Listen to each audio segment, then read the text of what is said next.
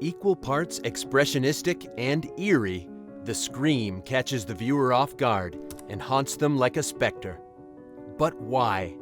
What is it about the scream that makes us so uneasy? Today we're going to delve into the haunting masterpiece that has captured the imagination of art lovers for generations. Considered by many to be in the same league as Da Vinci's Mona Lisa, Picasso's Guernica, and Van Gogh's Starry Night, the painting leaves us with a terrifying thought.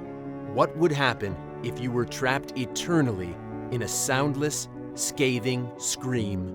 Radically breaking from the serenity of Impressionist paintings, the scream breaks all distinction between sanity and madness.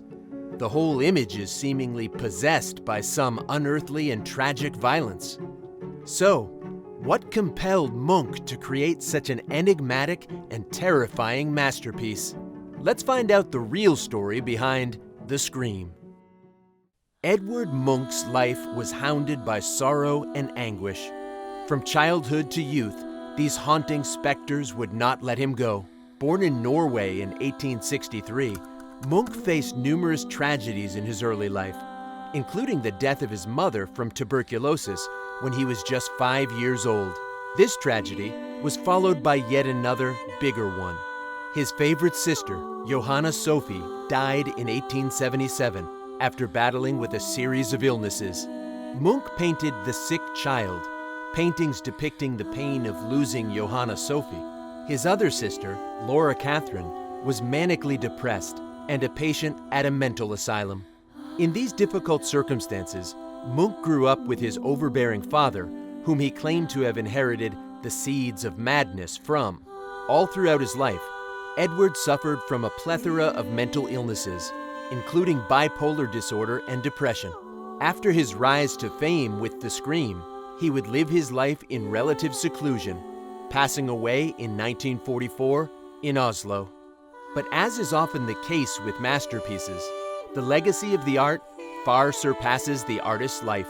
This is certainly true for The Scream. Munch painted 4 versions of his masterpiece, but the most famous one, in pastel on cardboard, was completed in 1893. The painting depicts an agonized figure standing on a bridge with a blood-red sky and a swirling, almost grotesque landscape in the background. The sexless figure at the forefront of the image wears a tormented expression, which strangely enough seems to distort everything around them. Although a faint landscape can be made out in the background, the figure's anguish seems to inflict blood-curdling violence on the very painting itself, obscuring and destroying everything in its path. Perhaps this violence can be explained by what Edvard Munch wrote in his diary about the inspiration behind the painting. I was walking along the road with 2 friends. The sun was setting. Suddenly the sky turned blood red. I paused, feeling exhausted, and leaned on the fence. There was blood and tongues of fire above the blue-black fjord and the city. My friends walked on, and I stood there trembling with anxiety, and I sensed an infinite scream passing through nature. This sense of perpetual anguish is further exemplified by the oval shape of the figure's face. It seems that at any given moment, the scream haunting the protagonist of the painting will somehow explode, wreaking havoc on the entire landscape, along with the 2 slant figures strolling across the bridge. The anomalous landscape found in the painting exists in Oslo, by the Oslo Fjord, and can be seen from the hill of Ekeberg. Remember Laura Catherine? Well, according to some sources, the mental asylum at which she was staying was at the foot of Ekeberg, which further adds to the insanity of the image. Reading The Scream this way, we get the idea that Munch was portraying Laura as the main figure. However, it's important that we remember that Munch purposely made the figure ambiguous and unidentifiable. According to this view, the figure in Munch's masterpiece is a stand-in for the universal anguish and despair felt by every human being. Read this way, the tormented figure speaks to the existential pain that engulfs all of us, distorting our worldview forever. The ache felt by the skull-like figure seems to disembody not only the landscape, but the figure itself.